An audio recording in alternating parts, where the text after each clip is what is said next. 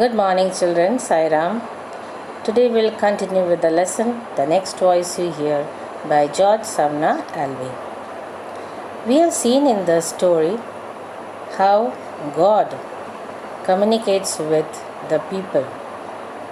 He says that you people are destroying the planet Earth, and that is why God has to step in. God says that He will be there with the people for a week. Let's see what happens next. We have seen how different people reacted differently to the voice of God. Wednesday evening prayer meetings across the United States were enthusiastically attended. Most churches had installed radios. The third utterance consisted of only 3 words. To the indignation of those who believe God must be somber and funereal, the words were delivered with a fatherly chuckle. Somber means dull. Funereal means miserable. In United States, everywhere people enthusiastically attended because they now knew that God will be talking to them. So everywhere the radios were installed. Then the third utterance was only 3 words. Now, to those people who believe that God is very sad, dull, and not enthusiastic, not humorous, it was a disappointment. Why? Because God answered in a fatherly chuckle, in a humorous way. What did God say? They were, "It is I." Like the others, the third message somehow crept into the coils and condensers of every radio transmitter in operation, including those of ships at sea that were designed for code and did not have microphones. Microphones, an instrument used for converting sound waves into electrical current, that is mic.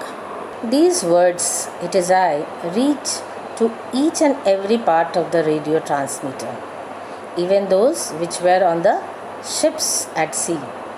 These were only designed for Morse code, that is dot and dash, but even they got the message. They were not having microphones, but still they got the message. So here's a picture of radio transmitter, a device used to transmit signals.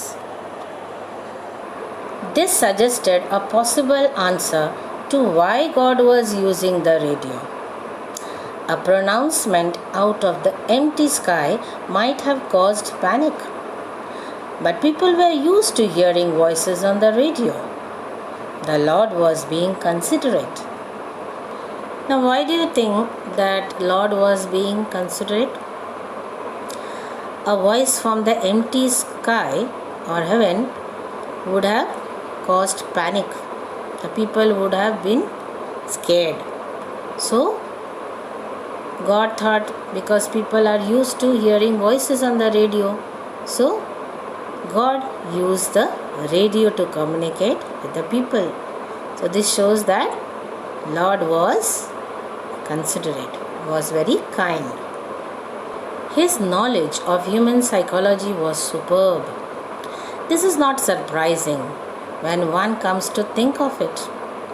The very brevity of his "It is I" message went far towards convincing those who had a liking for modesty and understatement. What's the meaning of brevity? Exactness. God understood human psychology. How do you understand? The way God said, "It is I," in a very short, in a very simple way, God made the people understand, and people also liked it. So it shows that God understands human psychology very well. On Thursday, another device was employed. a display of miracles for the ignorant and the superstitious. Miracles occurred about 80 kilometers apart all around the globe. Most were modest affairs. Oranges in a street market in Wisconsin rolled up the wall and spelled out the words, "Men are my sons and therefore brothers," in a pretty frame of parsley. Parsley, a small plant with curling green leaves. Now, God started using another way to show His presence, that is, miracles. What happened? In a street market, in a pretty frame of parsley, green leaves, the oranges rolled up on the wall and spelled out the words, "Men are my sons and therefore brothers." So everybody was surprised. A lion in the Copenhagen Zoo got out of his cage, strolled into the countryside until he spied some sheep in a field and deliberately lay down with them. So what did the lion do? It eyed the sheep, but then instead of attacking, it went and lay down with the sheep. In Pasadena, California, a nervous woman whose husband gritted his teeth in bed leapt from the Arroyo Seco Bridge. She remained suspended in mid-air for 45 minutes until a fire engine thrust an extension ladder up to her. Another example of miracle, a woman whose husband was grinding his teeth in bed, she got scared and she jumped from the Arroyo Seco Bridge. Then she remained suspended, she remained dangling there in mid-air for 45 minutes. She got rescued only when a fire engine pushed an extension ladder up to her. So here you can see the picture, how she is suspended. Now next day, the Lord's Thursday evening broadcast was lengthy and had a theological tone. Theological means religious. Every pebble beneath your feet, every drop of water is a miracle. But since you have lost your ability to feel awe, I have had to perform today these other miracles, which require a suspension of natural law. My willingness to break the law should show you how deeply I love you. For even an omnipotent deity must limit his own powers. However, this will not convince the diehards. Hence, on the morrow, Friday, I shall perform several sizable miracles during the forenoon. What's the meaning of diehard? A person who strongly opposes new ideas. God says that He is doing this because He wants to show the people that how much He loves them. And He knows that even this will not convince the diehards. So on Friday, He will perform a sizable miracles. What is that? And promptly at noon, I shall sink the continent of Australia beneath the sea for 1 minute. God will sink the continent of Australia under the sea for 1 minute. Yes, the continent of Australia. After the Thursday evening broadcast, disbelief melted away. People by the tens of millions became certain that the voice was God's. Virtually the entire Muslim world was trudging the roads towards Mecca. Firecrackers rattled day and night in the yellow dust of China. Now everywhere people started believing that it was God's voice. The Muslim countries, there people started going towards their holy city, Mecca. And in China, people started burning firecrackers. Members of a little known sect in the mountains of South American Ozark wrapped themselves in sheets and gathered on a hilltop to await the imminent end of the world. Imminent means impending. So these people, they covered themselves in sheets and went to the hilltop, and they thought now the world will end. Then the Australian radio stations took over the air. God has chosen the right continent for his final demonstration. They believe that God has chosen the correct continent to show his presence. People of another country might have put on a craven scramble for rowboats, not the Australians. The good-humoured Melbourne announcer observed, "Nobody is nervous or alarmed. The general attitude is that a minute underwater can do nobody any harm and may do some of our citizens a lot of good." The meaning of craven? Cowardly. People of any other country would have run for their life. But then the Australians were not like that. The good humored, that is the good natured announcer, what he was commenting, he says that people are not at all alarmed. And what was their attitude? They thought that 1 minute of submerge will not have any effect on them. In fact, it will do a lot of good to some of the citizens. Arrangements were made for blimps to circle over Melbourne and Sydney and transmit eyewitness accounts of Great Flood II. God had promised sizable miracles for Friday forenoon, and they were quite sizable. Blimp means a small airship. And Great Flood II, the flood sent by the Lord to drown the whole world except Noah's family and animals which sought protection in Noah's ark as per God's command. The media people were ready with the airship to give an account of the flood, great flood which is about to happen. Here the author refers to Great Flood II. That is a mythological story about earth when a great destruction took place on it.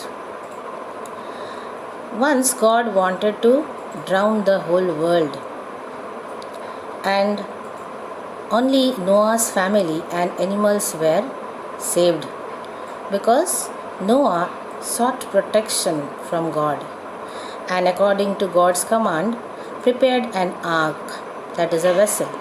So all the family members and animals, those who were there in the ark, were saved. Now let's see what happens next. In the US, every bit of metal owned by the Army, the Navy and the Air Force was gone from its accustomed place. The whole huge tonnage of it, from buckles to battleships, was neatly cut into scrap. By mid-morning, the other nation, whose war potential was feared by the world, had also lost all its military equipment. So what happened? In US, every bit of metal, whether it was buckle or battleship, arms and ammunition, everything was reduced to scrap. Other nations who were feared because of their military equipment also lost their military equipment. All of the shining rows of Russian tanks, planes and siege guns were gone. In their place stood rank upon rank of manure carts, each bearing a neat placard with a quotation from Lenin, "Peace, bread and the land." Siege guns, a weapon used to propel missile to a distance. Even in Russia, the same thing happened. All the tanks, planes and the guns which were used to thrust missile to a distance were all gone. And in that place there were manure carts and there was a placard. What is written? "Peace, bread and the land." quotation of Lenin. Lenin was a Russian leader. Okay, so here it shows that God wanted to spread peace and harmony. As for the protest meeting of the atheists in New York, barely had the group of demonstrators marched into Times Square, then God turned every one of them into an angel.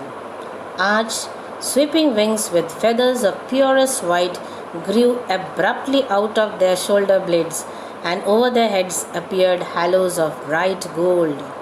Atheist means a non-believer of God. As soon as the atheist tried to protest this, God turned them into angels, and they got white feathers and halos of bright gold over their heads. They had a frightfully embarrassing time trying to sneak away in taxis. Here you can see that they are embarrassed and trying to run away in the taxis. The announcer and reporters flying over Australia grew almost incoherent with tension as the second hands of their watches swept away. 11:58, 11:59, and finally the dot of noon. The BBC man chatted along as coolly as if he were describing a cricket match. As predicted, he said, "The continent is now sinking." Incoherent means unable to express themselves. The Australian reporters and announcers, they became very tense and they could not express themselves as the time was ticking away. The BBC man coolly described it as a cricket match. The rate is quite rapid, about that of a modern passenger lift. There, the last church steeple has disappeared. The water is a swirl with floating objects. What a clutter people do keep about their houses. Now the hilltops are under 50 seconds. 55. Yes, she is popping up again. Right. Oh, up she comes. Good old Australia. None the worse for a little drenching. Steeple means tower. BBC described how the continent of Australia started sinking.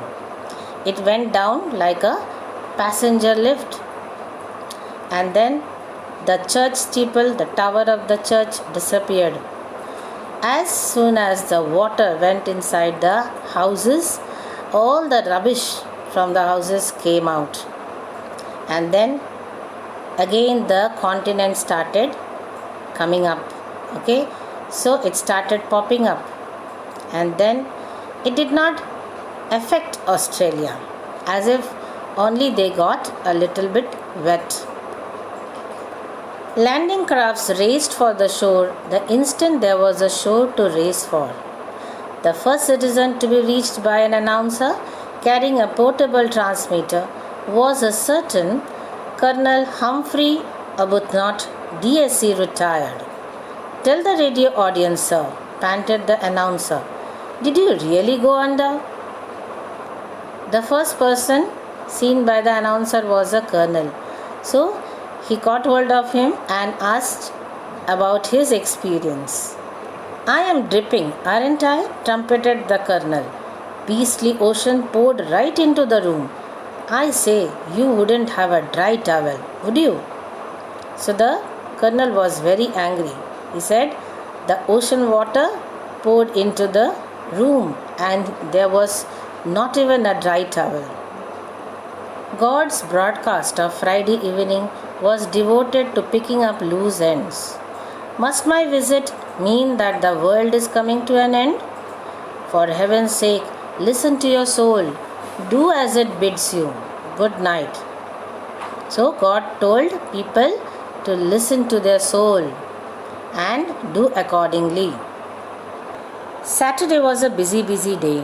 Consciences long buried were sending up tender green stalks like tulip bulbs. The dictators of half a dozen countries resigned. An international banking cartel went out of business because its directors felt that their methods, never too admirable, had become unwelcome, if not obsolete. Cartel means a group of several business firms. Obsolete means outdated. Conscience means moral sense, the sense of right or wrong. So people started listening to their souls. The dictators resigned. International business firms, they stopped because they thought that they have become outdated. Small businessmen by the hundreds of thousands experienced a similar change of heart. One garage owner called his mechanics together and said, "From now on, when we charge a customer for a new distributor coil, let us actually put in the coil." Lesser malefactors spent Saturday returning stolen books to public libraries. Malefactors means wrongdoer. Everywhere the same thing happened. Even a garage owner, what did he do? He called his mechanics and told that if you are charging a customer for a certain thing, you have to actually change it. You don't have to take more money.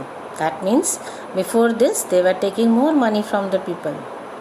And then the malefactors, the other people, those who used to steal book from the public libraries, they also returned the books. Repaying old loans, sending gifts to forgotten aunts in old ladies' homes, and so on. For 99% of the human race, it was astounding what a happy, friendly, pleasant place the earth had become by Saturday night. Even people repaid their loans and started sending gifts to the aunts who were in the old age home. So everywhere people were happy. So earth had become a very pleasant place by Saturday. The Lord's Saturday evening broadcast was his farewell. Across the world, the radios hummed. Then there came silence. And the beautiful voice, it said, "Now I shall take my leave. You will find that most of your problems remain. You still have pain and unhappiness. You still need to feed and to clothe and to govern yourselves. Need I tell you why? A planet is a school. Live, dear children, and learn. And now, until we meet again, goodbye." On the seventh day, we presume, he rested. On Saturday, God gave his farewell speech. He told the people, you still have pain and unhappiness, but you have to work hard. You have to make the world a better place to live in. Spread love and help others. Don't destroy yourself. He compared this planet with a school where you have to learn and learn to live in a better way. So it is presumed means it is assumed, right? It is assumed that on the seventh day, God rested. He was happy. Now the people have learned how to live peacefully. I hope you have understood the lesson, children, and enjoyed it. Now let us have the value points. This will help you to understand the lesson as well as answer the question answers. You can also note it down.